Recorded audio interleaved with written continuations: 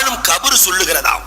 இந்த பூமி சொல்கிறது, ஒவ்வொரு நாளும் அறிக்கை விடுகிறது, 10 அறிக்கைகளை விடுகிறது. ஆதமின் மகனே, என் முதுகிலே ஏறி என்ன பாடுபடுத்துகிறாய், விரைந்து போகிறாய். கார்ல போற, பைக்ல போற, நடந்து போற, துப்புற, உதைக்கிற, அடிக்கிற, கட்டடம் கட்டுறேன்னு சொல்லி என்னை 10 அடி 15 அடிக்கு தோன்ற 1000 அடி பம்புகளாக உள்ளே இறக்குகிறாய். என்ன பாடு என்னை நீ படுத்துகிறாய். ஒரு நாள் என் வயிற்றுக்கு நீ வந்து சேர்ந்தே தீர வேண்டும். நீ என்னிடத்திலே நடந்து கொண்ட முறையில் நான் நடப்பேன். அதனாலதான் அபூபக்கர் ரலியல்லாஹு தஆலாவினுடைய வரலாறுகளை பாருங்க. பூமியில நடக்கும் போது அப்படியே மெதுவா நடப்பார்களாம், அதிர்ந்து நடக்க மாட்டார்கள். ஒரு முஃமினுடைய சுன்னத்து நடக்கிற பொழுது பூமியிலே அதிர்ந்து நடக்க கூடாது. பூமி சொல்லுகிறது, இரண்டாவதாக அந்த பூமி சொல்லுகிறது, என்னுடைய முதுகுக்கு மேலே என்னென்ன பாவத்தை நிகழ்த்துகிறாய், நான் பார்த்துக்கிட்டே இருக்கேன்டா. எனக்கு மேல எவ்வளவு பாவம் செய்கிறாய். சில நேரத்துல பாவத்தையே நன்மைன்னு நினைச்சு செய்யற ஆளுகள் எல்லாம் உண்டு. பாவம் என்று அறியாமல் பாவத்தை செய்வது வேறு, நன்மை என்று நினைத்தே செய்வது வேறு.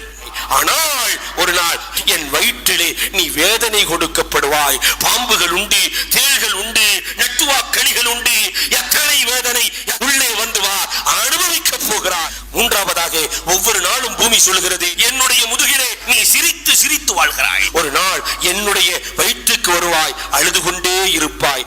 பூமி மீண்டும் நான்காவதாக சொல்லுகிறது, ஆதமின் மகனே, என்னுடைய முதுகிலே உல்லாச பயணம் மேற்கொள்கிறாய். பூமியிலே சந்தோஷமாக இருக்க வேண்டும் என்பதற்காக நீ பயணம் மேற்கொள்கிறாய். ஆனால் ஒரு நாள் என்னை நினைத்திருக்கிறாயா? ஒரு நாள் வரும், அந்த நாள் என்னுடைய வயிற்றுக்கு வருகிற பொழுது நீ கவலைப்படுவாய். அடுத்ததாக சொல்லுகிறது பூமி, பொருளாதாரத்தை நீ சேர்த்துக் கொண்டே இருக்கிறாய். காசு காசு என்றே அழைகிறாய். நோக்கமே காசு என்றாகிவிட்டது உனக்கு. ஆதமின் மகனே, உனக்கு காசே நோக்கமாகி விட்டதா?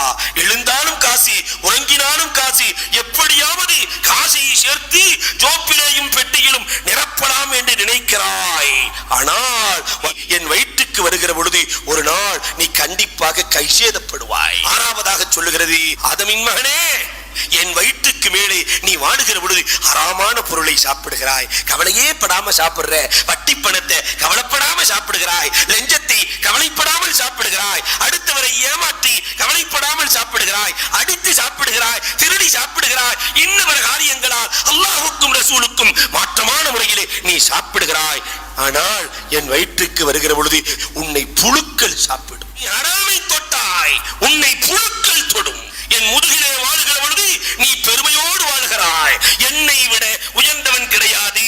குலத்தால், பொருளால், அந்தஸ்தால், பதவியால், கல்வியால், கண்ணியத்தால் உயர்ந்தவர்கள் யாரும் கிடையாது என்று நீ சொல்கிறாய். நீ பெருமை கொண்டு வாழுகிறாயே, எனக்குள்ளே வருகிற பொழுது நீ இழிவாக்கப்படுவாய். எட்டாவதாக பூமி சொல்கிறது, பூமியிலே விசாலமாக நான் வாழ வேண்டும் என்று நீ நினைக்கிறாய். என் பூமியிலே என்னுடைய முதுகுக்கு மேலே விசாலமாக இருக்க வேண்டும் என்று நீ நினைக்கிறாய். ஆதமின் மகனே, நீ விசாலமாக உலகத்திலே வாழ பிரியப்படுகிறாய். எனக்குள்ளே நீ வருகிற பொழுது என் வயிற்றிலே நீ நெருக்கப்படுவாய். எப்படி நெருக்கப்படுவாய் தெரியுமா? ஒரு விழா எலும்பு இன்னொரு பக்கம் போகும், அது இன்னொரு பக்கம் வரும். கொக்கிகளை போன்று மாட்டி மாட்டி இழுக்கப்படுவாய். உன் வாழ்க்கையை பரிசுத்தமாக்கிக் கொள். ஒன்பதாவதாக பூமி சொல்லுகிறது, என்னுடைய முதுகிலே வாழுகிற பொழுது பிரகாசத்திலே நீ வாழுகிறாய், வெளிச்சத்திலே நீ வாழுகிறாய். வீட்டிலே எமர்ஜென்சிக்காக விளக்கை ஏற்றிக் கொள்ளுகிறாய். வீட்டிலே எமர்ஜென்சிக்காக நீ டார்ச் வைத்துக் கொள்ளுகிறாய். எப்பொழுதும் உனக்கு வெளிச்சம் தேவைப்படுகிறது. வெளிச்சம் இல்லாமல் நீ வாழ்வதில்லை. ஆனால் என்னுடைய இடத்திற்கு நீ வருகிற பொழுது, என்னுடைய வயிற்றுக்கு நீ வருகிற பொழுது இருளிலே நீ மாட்டி இருப்பாய். அங்கே வெளிச்சம் இருக்காது. யாரும் உனக்கு பவர் லைட் அடிக்க மாட்டார்கள் என்று ஒவ்வொரு நாளும் பூமி சொல்லுகிறது. கடைசியாக அந்த பூமி விடுகிற அறிக்கை என்ன தெரியுமா?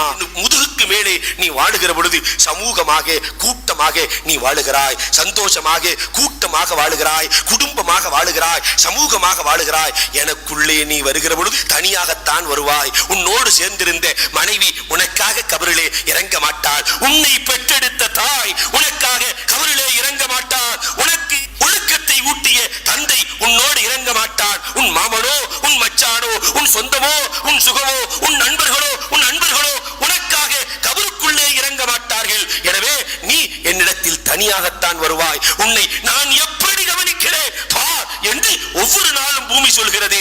என்றைக்காவது நாம் கவலைப்பட்டிருக்கிறோமா? அன்புக்குரியவர்களே, யோசிக்க கடமை.